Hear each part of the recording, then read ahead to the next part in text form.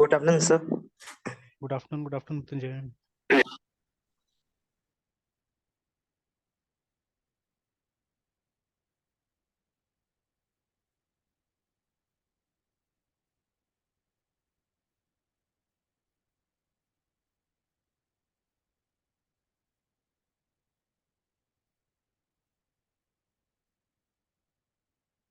आवाज जा रहा है ना? यस सर, आ रहा है सर।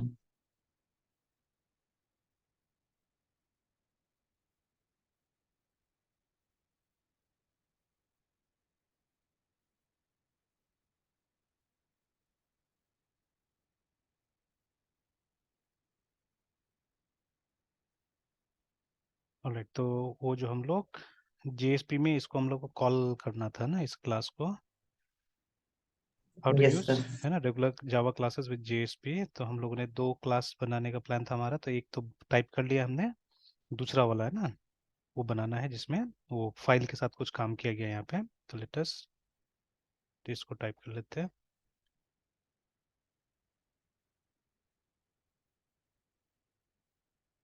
तो चलिए, इसमें कोर जावा का कुछ कॉन्सेप्ट भी होगा, फाइल वगैरह तो कम ही हम लोगों ने यूज़ किया है। तो यूज़र आईओ, खैर इसका पैकेज अलग रखा गया, डेटा देन इनपुट आउटपुट चाहिए बिकॉज फाइल के साथ काम करना है यहाँ पे।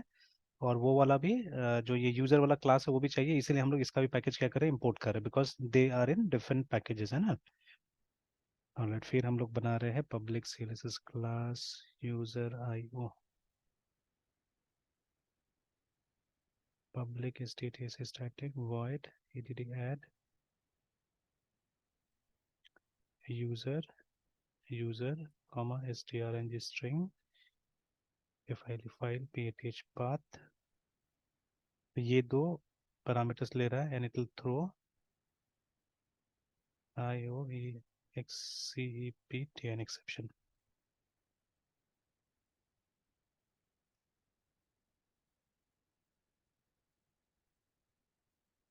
ऑलराइट, फिर उसके बाद में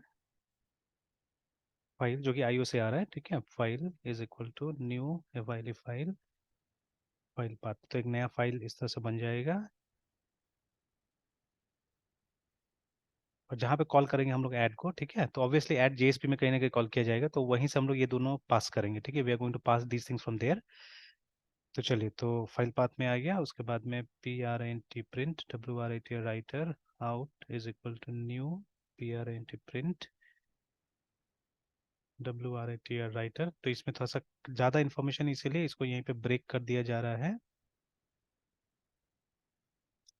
ठीक है। तो they breaking it like this, new file writ writer, उसके बाद में file comma tru true.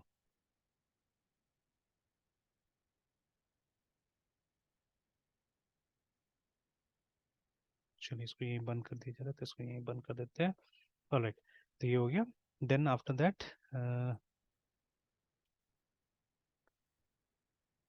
out.print print ln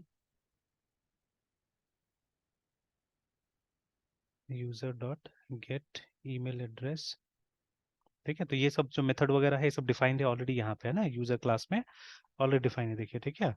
तो गेट ईमेल एड्रेस देखिए, ठीक है, ये सब सब ऑलरेडी डिफाइंड है, तो उसी का हम लोग यहाँ पे इस्तेमाल कर रहे हैं। तो डिस्प्ले कराने की कोशिश कर रहे हैं हम लोग। तो ऑब्वियसली जो इसका डेटा होगा कहीं और से दिया जाएगा, ठीक है, और यहाँ पे फाइल में सेव करने का कोशिश किया जा रहा है, ठीक है। तो गेट ईमेल एड्रेस प्लस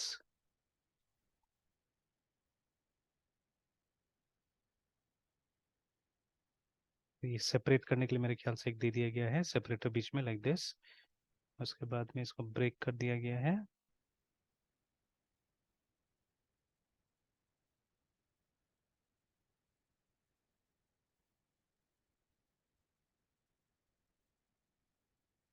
ये रखते हैं, okay, then plus user dot get first name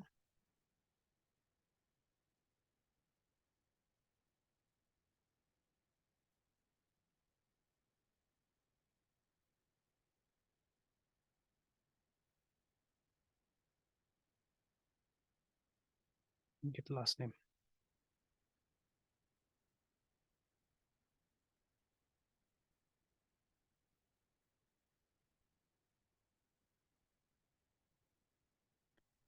alright, तो चलिए दोनों क्लासेस हमने बना लिया। तो पहला क्लास हमारा यूजर क्लास था, जिसमें हमने यूजर को स्पेसिफाई करने का, ठीक है, काम किया है कि हमारा यूजर क्या होगा, कैसा होगा, ठीक है, वो हमने यहाँ पे, यस सर। है ना। तो ये 3 प्रॉपर्टी था यूजर का। और उसके बाद में बाकी गेट और सेट फंक्शन और कंस्ट्रक्टर वगैरह हमने बनाया यहाँ पे, ठीक है। एंड ये जो है, ठीक है, अगर इसका डिस्क्रिप्शन और भी कहीं लिखा होगा तो अ, जैसे आके, the user class defines a user of the application, ठीक है। this class contains 3 instance variables, first name, last name, email address। तो उसके बाद में it includes a constructor that accepts 3 values for these instance variable and it includes get and set methods for each instance variable, है ना। तो ये है मतलब एक नॉर्मल जो हमारा जैसे पोजो, ठीक है, प्लेन ओल्ड जावा ऑब्जेक्ट, तो वैसा टाइप का एक क्लास बना दिया गया यहाँ पे, ठीक है। And then if you come down ये वाला, now in contrast the user IO class contain one static method, ठीक है। तो ये जो हमारा मेथड स्टैटिक है, इसके लिए कोई इंस्टांस बनाने का, कोई ऑब्जेक्ट बनाने की जरूरत नहीं है, ठीक है। तो only by the name of या with the name of the class, ठीक है, आप इसको कॉल कीजिएगा यूजर IO डॉट ऐड करके, ठीक है। और ये सब वैल्यूज पास कर देना है ना, मतलब एक फाइल का पाथ और यूजर का जो इन्फॉर्मेशन होगा वो हम लोग को प्रोवाइड करा देना होगा वहाँ। ऑलराइट, तो with one static method named add that writes the values stored in user object to a text file, है ना। तो ये काम करेगा वो, है ना। तो जो भी लोकेशन हम देंगे फाइल का, वहाँ पे एक टेक्स्ट फाइल बनाएगा, ठीक है। और उसमें क्या करेगा, इन्फॉर्मेशन को, ये जो इन्फॉर्मेशन है इसको जाके लिख देगा, ठीक है। ऑलराइट, देखेंगे हम लोग। Now this method accepts 2 parameters, a user object and a string that provides, ठीक है, the path of the file. If this file exists, the method will add the user data to the end of it. If the file doesn't, the method will create it, है ना, and add the data at the beginning of the file. Fine. और बाकी आपको बोला जा रहा है कि अगर आपने इसका जावा किताब पढ़ा है तो आप, ठीक है, जाके ये क्लासेस के लिए आप जाके क्या कर सकते हैं, चैप्टर 6 पढ़ सकते हैं। एंड वो जो आईओ के लिए आप पढ़ सकते हैं चैप्टर 19, तो विच वी ऑलरेडी नो, ठीक है। इसलिए हम तो नहीं पढ़ेंगे, हमको आ रहा है क्लास बनाने and we understand that portion also, है ना। चलिए काम हो गया। अब इसके बाद में तो ये हमने बना लिया, 2 क्लासेस बना लिया। अब इनको हमको यूज करना है जेएसपी के अंदर में। तो बिलो इज अ फिगर, ठीक है, जहाँ पे दिखाया जाएगा shows the code for JSP in the email list application after it has been enhanced, so it uses the user and user IO class to process the parameters, ठीक है। देख लेते हैं, ये पढ़ भी लेते हैं कि इससे पता चले कि क्या क्या। एक बार देख लेते हैं पहले डेमोन्स्ट्रेशन इसका। तो कहाँ कहाँ, ये देखिए, जैसे यहाँ पे इसको इंपोर्ट किया गया, तो वही पेज में हम लोग को भी चेंजेस करना पड़ेगा जो बनाया हमने। तो see they have written some new lines, ठीक है। तो जिससे कि इसको अपडेट करना पड़ेगा, उसके बाद में और क्या करना होगा वो हम देखेंगे। पहले तो फर्स्ट पैराग्राफ से पढ़ते हैं कि shows the code for JSP in the email list application after it has been enhanced. So it uses the user and user IO classes to process the parameters that have been passed to it. Now, in the first statement of the body, a special type of JSP tag is used to import the business and the data packages that contain the user and IO classes. Very fine. Okay, now you'll learn the details of the coding this type of tag in the next figure. All right. ठीक है, तो इसके बारे में बात किया जा रहा है, ये वाला एट द रेट पेज के बारे में बात किया जा रहा है कि यहाँ पे हम लोगों ने क्या किया, वो दोनों को इंपोर्ट करने की कोशिश किया है। तो ठीक है, हम भी ये लाइन जाके डाल देते हैं अपने एप्लीकेशन में, अपने प्रोग्राम में। तो ये लिखा जा रहा है, ठीक है, फाइल का नाम नहीं बताया। तो कौन सा फाइल था हमारे पास में, एक तो डिस्प्ले था ना, ये वाला में ही होगा, जो इंडेक्स हमने नाम दिया था उसी में होगा। तो एक बार देख लेते हैं यहाँ पे, थैंक्स फॉर ज्वाइनिंग, नहीं नहीं इसमें नहीं है, वो डिस्प्ले ईमेल एंट्री वाले में है शायद। टू एंटर, ये रहा है ना, thanks for joining email list, ये वाला था। तो इसी में ऊपर में आ रहा है ये सब चीज़ें, ठीक है। तो ठीक है, ऊपर में आ रहा है। तो जस्ट बिलो द बॉडी ये 2 चीज़ को इंपोर्ट किया जा रहा है, ठीक है। तो ये तो हो गया हमारा, ठीक है, कमेंट। तो import import packages packages and clsses classes any needed by the scripts, ठीक है। उसके बाद में ये स्पेशल, ठीक है, स्पेशल स्क्रिप्टलेट है या टैग है आप बोल सकते हैं ना। तो एट द रेट के साथ में जहाँ पे हम लोग को डिक्लेयर करना होगा इंपोर्ट्स को, तो पेज, ठीक है, import is equal to, spaces वगैरह यूज मत कीजिएगा, ठीक रहेगा ज़्यादा, BUSINSS बिजनेस डॉट एस्ट्रिस्क, ठीक है, कॉमा, डेटा डॉट एस्ट्रिस्क, बाद में एक्सपेरिमेंट कर सकते हैं कि सिर्फ क्लास का नाम लिखने से चलेगा कि नहीं चलेगा, ठीक है। तो चलिए ये हमने डाल दिया, लेट अस सेव इट, ठीक है। अब इसमें रेड क्यों आ रहा है पता नहीं, ठीक है, लेट्स इग्नोर। चलिए ये करना था। और उसके बाद में अब हमको अगर रेगुलर ये यूज करना है तो नीचे जाके हम लोग को देखिए, there two three things that we have to do here, ठीक है। तो ये तो पहले से किया हुआ है ये वाला काम, ठीक है, get parameters from the request, ये पहले से किया हुआ है। और यहाँ पे गेट द रियल पाथ, ठीक है, of the email list dot TXT file है ना, ठीक है।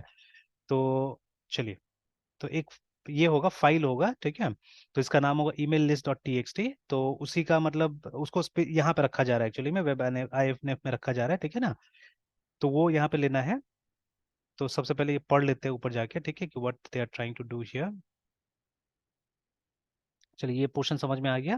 Then in the scriptlet of the JSP, ठीक है, the get parameter method is use, ये तो पहले से पता है हम लोग को, to get the values of the three parameters, जिस जो पास होगा इस पेज को, जो पहले से भी हो रहा है ना। And these values are stored in the string objects, ठीक है। Now then the next two statements use get real path method of the servlet context object to get the real path of the email list.txt file, है ना, that is stored in the applications web inf directory। तो हम लोग भी यही करेंगे, यहीं पे रहने देंगे उसको। तो अभी तक हमारा ऐसा कोई फोल्डर नहीं बना हुआ है, ठीक है। तो since this isn't, ठीक है, web accessible, ठीक है, the users of this application won't be able to access this file, बोला हुआ है यहाँ पे, ठीक है।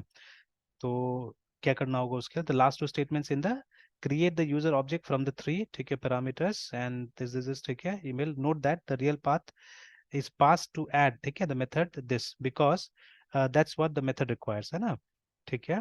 तो लेकिन यहाँ पे कुछ बोला हुआ था, तो since this isn't web accessible, the users of this application won't be able to access this file, पता नहीं ये जो बोल रहा लाइन, ठीक है, ये समझ नहीं आया उतना।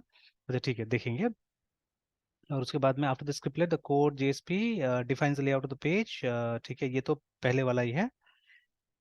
तो the JSP expression used to get methods of user, this is ठीक है, although JSP expression could use string object instead, the code in the figure is intended to show how the get method can be use, है ना, मतलब थोड़ा सा changes करना होगा वहाँ पे भी। तो जो जावा का फाइल में हमने गेट मेथड्स वगैरह डाला है उसको यूज किया जाएगा। In addition this make sure that the data is displayed by the JSP is the same as the data that was written in the email dot TXT file, alright, okay. तो चलिए, तो जो changes करना होगा changes करके देखते हैं हम लोग, ठीक है। तो जैसे यहाँ पे भी कुछ चेंजेस किया गया, पिछला वाला में हमने स्ट्रिंग का इस्तेमाल किया था, यहाँ पे अभी इसमें हमको वो जो हमारा यूजर है, ठीक है, जो यूजर क्लास का, ठीक है, रेफरेंस है, उसके थ्रू हम लोग ये सब यूज कर रहे हैं। तो ठीक है, चलिए चेंजेस करते हैं हम लोग। तो ये जो पोर्शन था ये तो हो गया, ठीक है। एक ये वाला ऐड किया गया है, ठीक है, दिस पोर्शन जो नहीं है अभी हमारे पास में, जहां से कि हम लोग को पाथ निकाल के लाना है कि फाइल कहाँ पे स्टोर होगा, ठीक है, वो पाथ हम लोग को निकाल के लाना है। तो get the real path path for the email email list dot txt file. तो इसके लिए हम लोग को सर्वलेट कॉन्टेक्स्ट नाम का जो क्लास है हमारा, servlet CONTXT SC is equal to this dot get servlet है ना, ठीक है। तो ये सर्वलेट कॉन्टेक्स्ट क्लास का एक हमको ये चाहिए होगा, ऑब्जेक्ट चाहिए होगा, ठीक है, जो यहाँ पे क्रिएट कर लिया गया है, ठीक है, एंटर। उसके बाद में strng स्ट्रिंग पाथ, तो देखिए यहाँ पे पाथ लिया जा रहा है इज इक्वल टू, तो SC को यूज करके हम लोग गेट पैरामीटर को कॉल कर रहे हैं, मेथड को, एंड, ठीक है। तो देखिए आप यहाँ पे क्या कर रहे हैं, आप एक रिलेटिव पाथ यहाँ पे दे रहे हैं, ठीक है, which will be converted into a real path, मतलब एक एब्सोल्यूट पाथ में कन्वर्ट किया जाएगा। आप चाहे तो मेरे ख्याल से इको करके देख सकते हैं, ठीक है, और ये मालूम कर सकते हैं कि इसका एक्चुअल पाथ क्या होगा। तो वेब डैश INF करके और स्लैश email.list.txt, है ना। तो देखिए यहाँ से और एक चीज क्लियर है कि सर्वलेट पे जब भी काम कीजिएगा या जेएसपी पे जब भी काम कीजिएगा, ठीक है, तो जो आपका एसेट्स होगा ना, अलग से जो भी चीजें होगा, ठीक है, तो उसको जनरली कहाँ रखा जाता है, इसके अंदर में, वेब INF, है ना, ठीक है। तो प्रोबेबली शॉर्ट फॉर्म होगा वेब इंफॉर्मेशन या जो भी है, ठीक है, वेब इन्फो का शॉर्ट फॉर्म होगा, तो उसके अंदर में डाला जाता है। तो चलिए ये हो गया, ठीक है। इसके बाद में यूज रेगुलर जावा ऑब्जेक्ट्स, है ना। तो ये तो सिंपल है, ये हम लोग क्या कर रहे हैं कि एक ऑब्जेक्ट क्रिएट करेंगे, ठीक है। उसके बाद में ये कंस्ट्रक्टर है, देखिए कंस्ट्रक्टर में आप वो दे रहे हैं, डिटेल्स दे रहे हैं, डेटा दे रहे हैं, ठीक है, पास कर रहे हैं। और उसके बाद में ये तो स्टैटिक है, तो ये डायरेक्ट कॉल हो रहा है। तो ये नॉर्मल जावा कोड है, इसमें कोई खास चीज नहीं है, ठीक है, इसके अंदर में। तो यूजिंग रेगुलर जावा ऑब्जेक्ट्स, ठीक है। देखिए क्लास का नाम था हमारा यूजर, ये रेफरेंस हो गया यूजर का, ठीक है। यहाँ पे ऑब्जेक्ट क्रिएट कर रहे हैं हम लोग यूजर ऐसे करके, और इसका एक कंस्ट्रक्टर हम लोग इस्तेमाल कर रहे हैं ना, ठीक है। तो already we have the values, देखिए ना, इन तीनों स्ट्रिंग वेरिएबल्स में हमने ऑलरेडी ले लिया है, ठीक है। तो टेक्स्ट बॉक्स का जो भी कंटेंट था, ठीक है, वो first name last name email address में आ चुका है, तो वी आर सेंडिंग, ठीक है, दिस इन्फॉर्मेशन ऐसे करके भेज रहे हैं, first name comma last name comma email address, like this. और उसके बाद में USR user IO dot add user comma path, ठीक है। मतलब डेटा को यहाँ से हमने देखिए मिला डेटा हमको यहाँ पे टेक्स्ट बॉक्स से, ठीक है। उसके बाद में हमने इस क्लास को, ठीक है, ये भेज दिया। तो इस क्लास में भेजा तो वो एक स्टिपुलेटेड फॉर्मेट में आ गया है ना, ठीक है। इसका ऑब्जेक्ट में स्टिपुलेटेड फॉर्मेट में आ गया, इस ऑब्जेक्ट फिर हमने यहाँ भेज दिया, ठीक है ना। पाथ भी सप्लाई कर दिया, देखिए पाथ निकालने के लिए हमने इसका इस्तेमाल किया हुआ था, ठीक है। इसका इस्तेमाल किया था, पाथ पे मिल गया, ठीक है। तो उसके पास चला गया, तो ये जाके फाइल में राइट कर देगा, देखिए ना, फाइल में राइट कर देगा। अब देखिए इतना भी लिखिएगा तो भी आपका प्रोग्राम काम करेगा, कोई दिक्कत नहीं होना चाहिए मेरे ख्याल से, ठीक है। तो प्रोग्राम शुड वर्क, है ना। अब देखिए डेटा जो डिस्प्ले हो रहा था यहाँ पे हम लोग वेरिएबल से डिस्प्ले करा रहे थे, देखिए डेटा को, है ना, ठीक है। तो अब यहाँ पे देखिएगा एक चेंज किया गया है कि वो जो यूजर हमारा ये था, अब ये रेफरेंस था, ठीक है, उसके थ्रू, मतलब जो यूजर क्लास का मेथड है उसके थ्रू क्या किया जा रहा है, यहाँ पे डेटा दिखाने की कोशिश किया जा रहा है। इससे ये प्रूफ हो जाएगा, या ये भी हो जाएगा कि इसमें डेटा गया हुआ था, ठीक है, डेटा वेंट इनसाइड, वो भी पता चल जाएगा आपको। तो ये जो इस प्रोग्राम का वेरिएबल के बजाय, ठीक है, इसके थ्रू हम लोग क्या कर रहे हैं, डेटा डिस्प्ले कराने की कोशिश कर रहे हैं। तो दोनों ठीक है, दोनों से हो सकता है, वही यहाँ पे नीचे में डिस्कस किया जा रहा था एक जगह में, कि आप चाहे, ठीक है, तो आप कर सकते थे उस तरह से। कहाँ था, ऊपर में ही था लास्ट पैराग्राफ में, ठीक है। यहाँ पे आप देखिएगा कि ये देखिए ना, यहाँ लिखा हुआ है कि after the scriptlet the code in the JSP, मतलब जब स्क्रिप्टलेट खत्म हो गया आपका, तो इसके बाद में जो जेएसपी फाइल में जो कोड लिखा हुआ है, डेटा को डिस्प्ले कराने के लिए लिखा हुआ है, ठीक है। तो देखिए the code defines the layout of the page, now within the HTML table definition the JSP expressions use the get method of, ठीक है, यूजर ऑब्जेक्ट, है ना, to display the first name last name and email, ये नया वाला code में, ठीक है। तो पुराना कोड में हमने क्या किया था, हमने ये काम किया था, देखिए although the JSP expressions could use, है ना, द स्ट्रिंग ऑब्जेक्ट इंस्टेड, जो यहाँ पे हो रहा है, तो दीज आर स्ट्रिंग, ठीक है, ये सब स्ट्रिंग है। तो ये भी यूज हो सकता था यहाँ पे, जैसे यहाँ हो रहा है। अगर आप चाहे तो इसको पहले ट्राई करके देख लेते हैं हम लोग इससे ही, and then will add those things, है ना, ठीक है। तो एक बार कोशिश, क्योंकि मुझे अब तो अभी डाउट इस पे है कि ये क्रिएट होगा नहीं होगा, क्या होगा इसके ऊपर में, ठीक है। तो लेट अस सी, ठीक है, दिस फर्स्ट। और ठीक है, क्योंकि वो फोल्डर वोल्डर कुछ हमने क्रिएट नहीं किया हुआ, देखिए, ठीक है, वी हैवंट क्रिएटेड एनीथिंग, वो फोल्डर सब क्रिएट नहीं हुआ है। वो अपना से क्रिएट होगा कि नहीं होगा, दैट वी हैव टू सी, ठीक है, दैट वी हैव टू सी, देख लेते हैं। तो जो है इंफॉर्मेशन हमारे पास में, उसको हम लोग कॉपी करते हैं उस जगह में, ठीक है।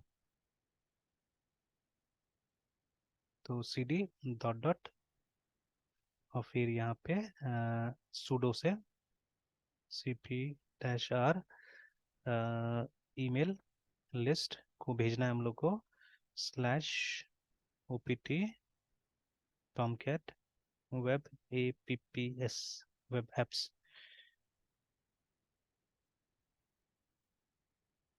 ठीक है, चला गया।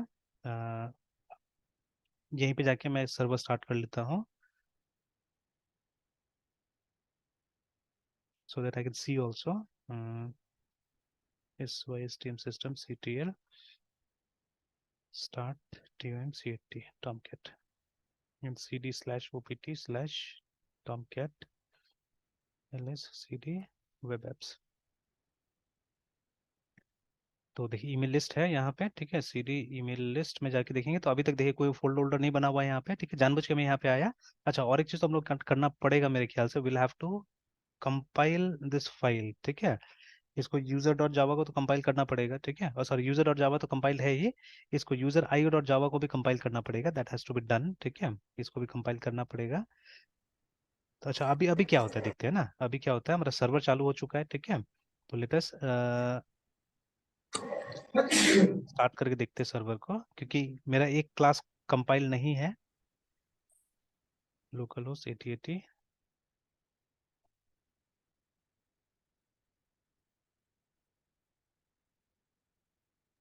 ये कमांड होती है ना जिससे सारे क्लासेस एक साथ कंपाइल हो जाते हैं। हाँ, वो एस्ट्रेस करके तो कर देते हैं हम लोग कंपाइल, ठीक है। बट यहाँ पे पैकेज का भी तो झमेला है ना, यस। क्योंकि दोनों का पैकेज अलग अलग है, वो वाला बिजनेस पैकेज में था, ये डेटा पैकेज में है, ठीक है। तो अभी अगर हम लोग ऐसे ट्राई करें यहाँ पे,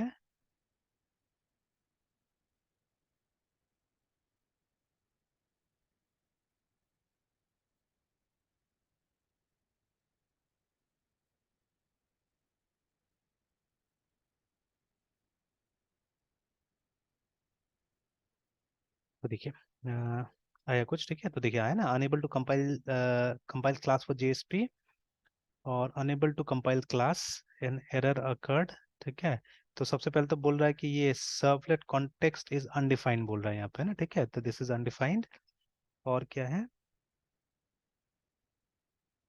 देखिए यहाँ पे भी बोल रहा है कि user can not be resolve, ठीक है, टू अ टाइप। सबसे पहले ये भी बोल रहा है कि जो यूजर है हमारा वो भी एक टाइप में रिजॉल्व नहीं किया जा पा रहा है। बट ये तो हमने ऊपर में डिक्लेयर तो किया ही था इसके लिए, ठीक है, देखते हैं। ठीक है, यहाँ पे भी आ रहा है कि user can not be resolve, जहां जहां यूजर यूज हो रहा है, ठीक है, मतलब ये वाला यूजर, तो वहां वहां बोल रहा है कि एक टाइप में रिजॉल्व नहीं कर पाया इसको।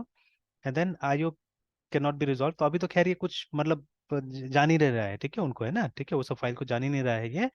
ऑल राइट, ठीक है, ठीक है।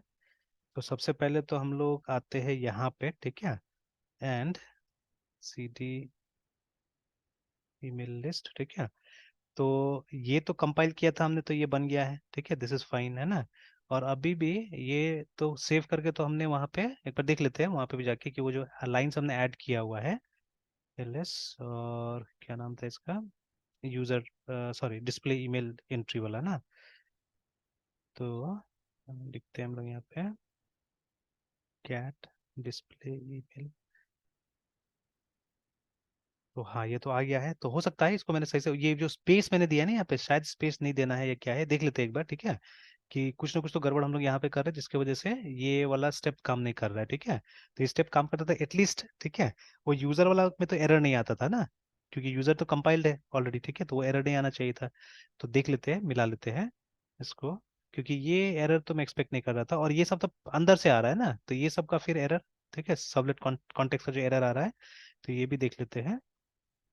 So let us come here and let us go to the picture. तो चलिए, तो यहाँ पे स्पेस स्पेस तो सब है ही, वैसे ही है, ठीक है, जैसा हमने डाला हुआ है, ठीक है। तो at the rate page, page small में ही है, ठीक है। Then import is equal to business का spelling BUSINESS business dot asterisk comma data dot asterisk. अच्छा, हो सकता है कि ये नहीं मिला होगा कहीं, तो जिसकी वजह से एरर आ गया होगा, ये भी हो सकता है, बिकॉज डेटा फोल्डर है नहीं यहाँ पे ना, ठीक है। तो चलिए एक काम तो करते हैं, पहले तो कंपाइल कर लेते हैं इसको, जावा सी, है ना। और देखिए दोनों को एक साथ कंपाइल करने में दिक्कत इसलिए है बिकॉज ये जो, ठीक है, नहीं हो सकता था, दोनों ही हो सकता था मेरे ख्याल से, अगर ट्राई कर लेते फिर से एस्ट्रिक्स डॉट जावा, है ना। तो बिकॉज देखिए दोनों का पैकेज जो है वो यही बनेगा ना, डॉट में बनेगा, ठीक है, तो इसीलिए दिक्कत नहीं होना चाहिए मेरे ख्याल से। तो अभी एंटर दबा देते हैं हम लोग, तो हो गया, दोनों हो गया। अब एलएस करके देखिएगा तो ये नया चीज हुआ है यहाँ पे, है ना, ये डेटा आ गया यहाँ पे हमारा, ठीक है। तो इसके अंदर में इसका क्लास होगा, यूजर आईओ का क्लास उसके अंदर में होगा, ठीक है। और इसका जो यूजर डॉट जावा है, इसका क्लास इसके अंदर में, बिजनेस के अंदर में, ठीक है। तो बिकॉज हमने पैकेज उस तरह से बनाया था, इसका पैकेज था बिजनेस, ठीक है, उसका पैकेज था ये, ठीक है। तो डेटा था पैकेज इसका। तो चलिए अभी फिर से क्या करते हैं, सीधी डॉट डॉट करके इसको कॉपी कर देते हैं वापस वहाँ पे, और फिर देखते हैं।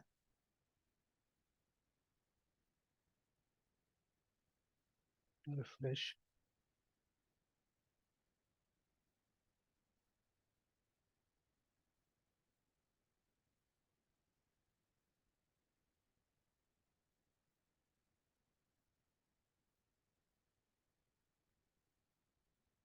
नहीं अभी प्रॉब्लम है, ठीक है। तो सबसे पहले तो ये बोल रहा है कि ये नहीं मिला, ठीक है।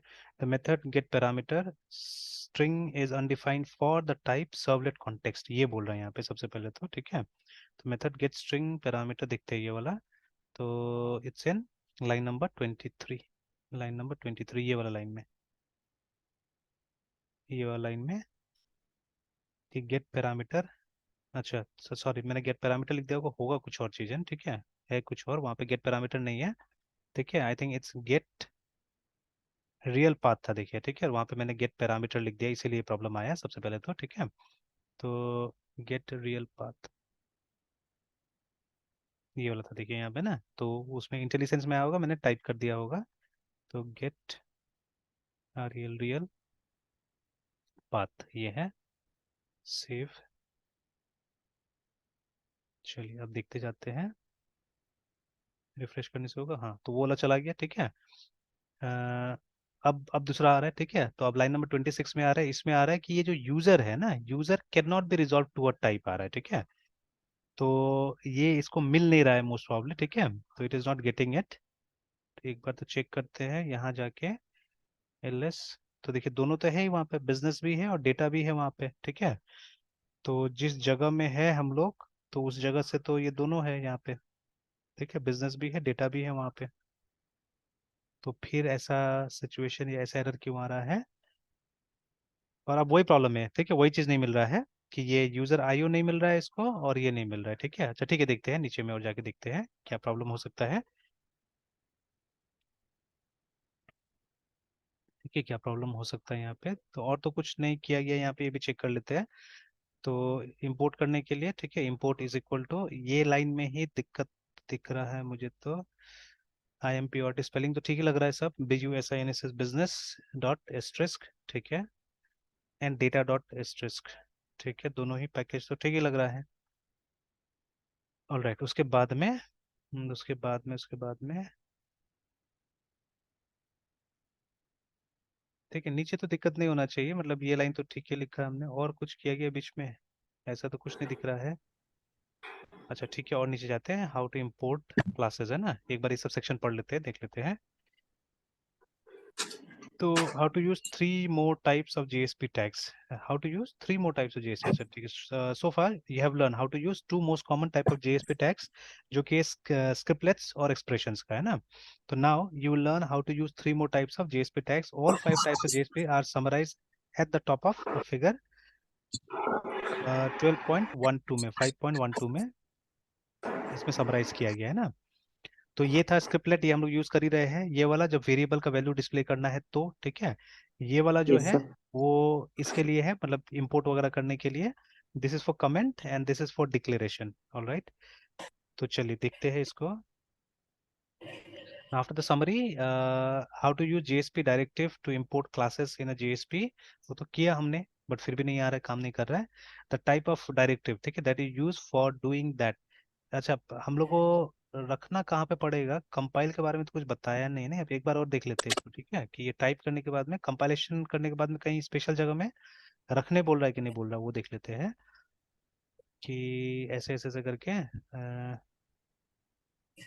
और यहाँ पे कहीं बोला नहीं कि रखना कहाँ पे बोल के, ठीक है, तो ये खाली बोल रहा है पैकेज आप डिक्लेयर कीजिए ऐसे करके, और हो गया, बस बताया है।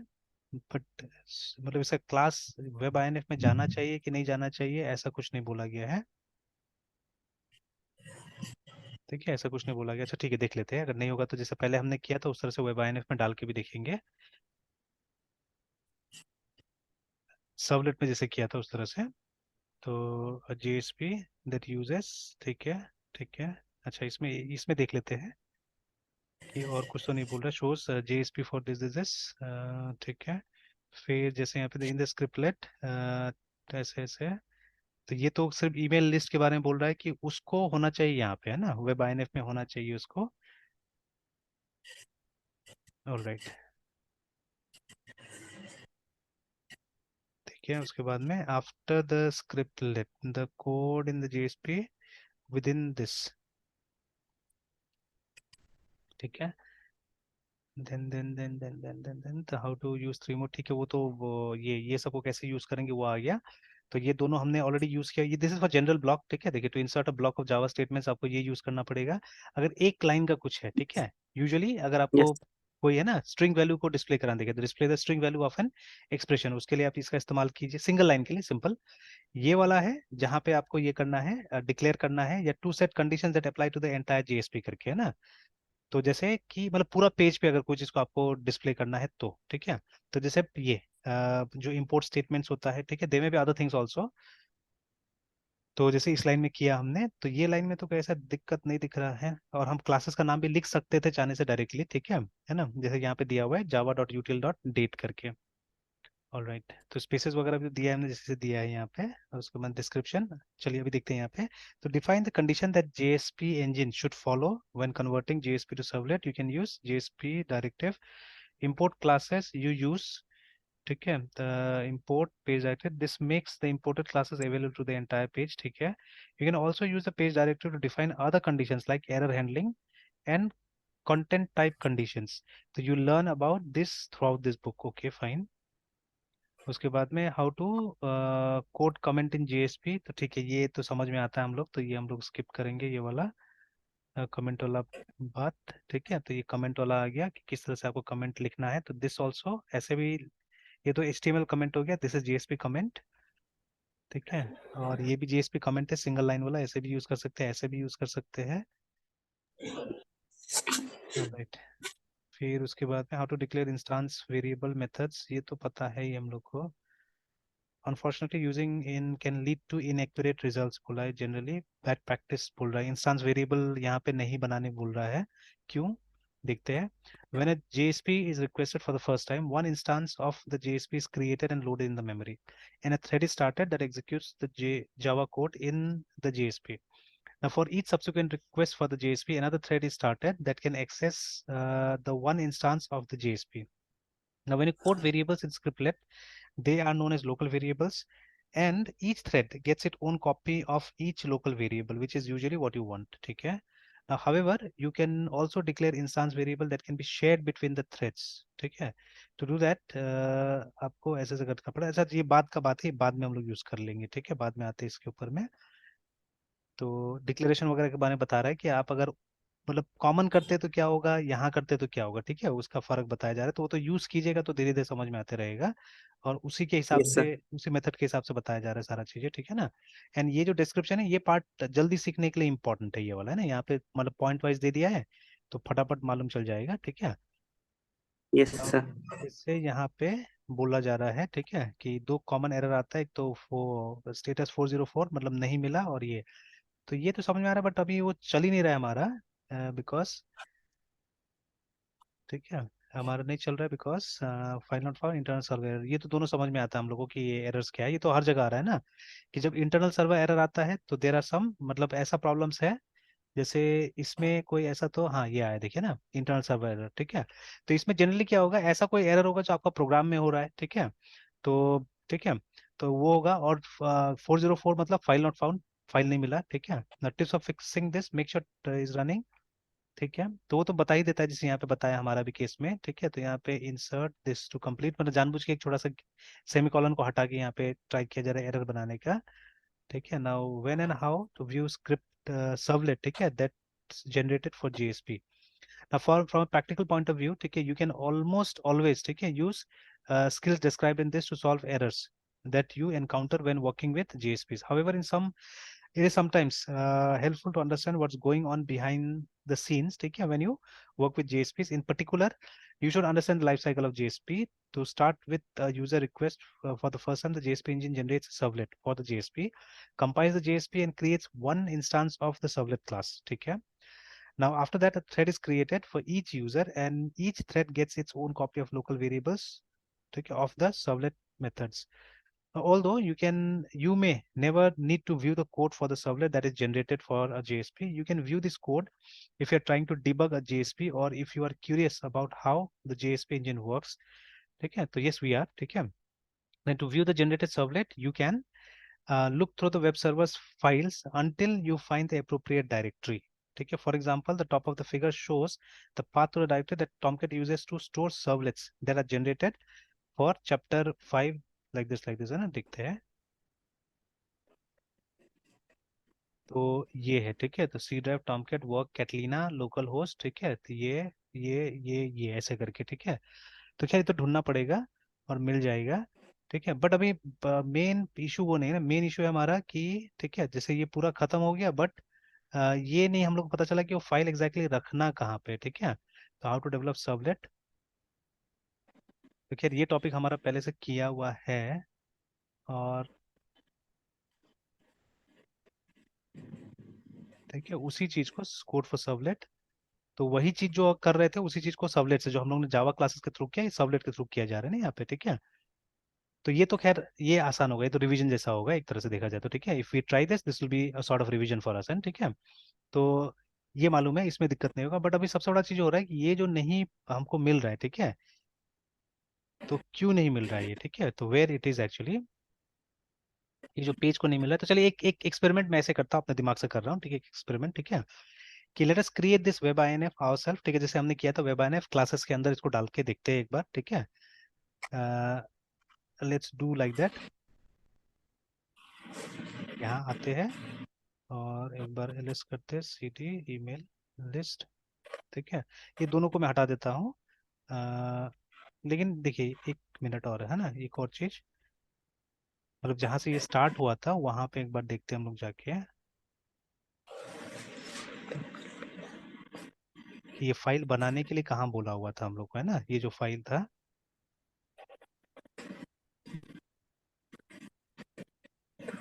this topic, IO class, here are the user class. The user class defines the class contains three instance variable.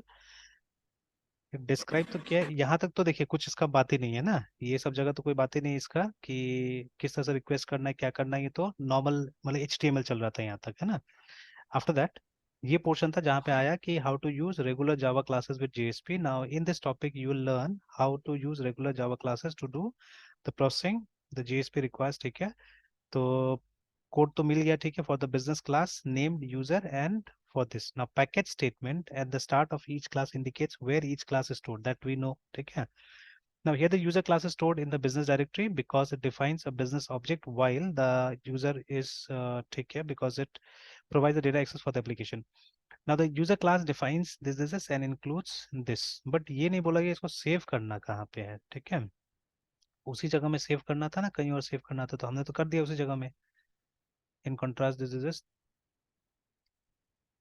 और यहाँ पे कहीं पे ये भी नहीं लिखा गया कि आप कंपाइल कीजिए या कुछ कीजिए, ठीक है। Nothing as such has been written said here, ठीक है। तो हमने खुद से तो कर लिया कंपाइल वगैरह।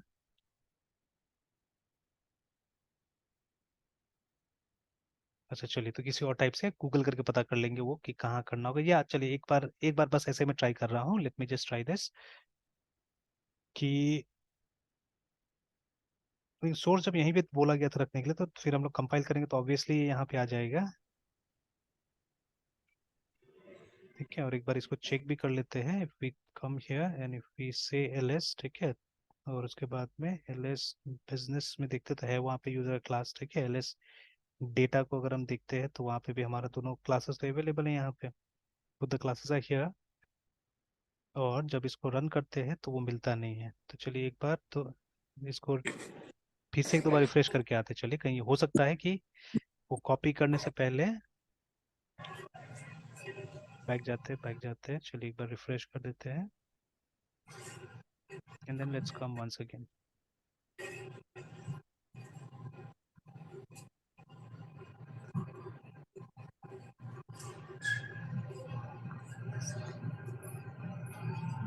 स्टिल द सेम है ना, स्टिल द सेम।